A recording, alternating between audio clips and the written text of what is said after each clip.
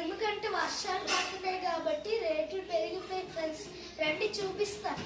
అది మొత్తం 600 పడ్డది ఫ్రెండ్స్. చూడండి, ఇది మొత్తం 600 ఫ్రెండ్స్. చూస్తున్నారు కదా, మొత్తం 600.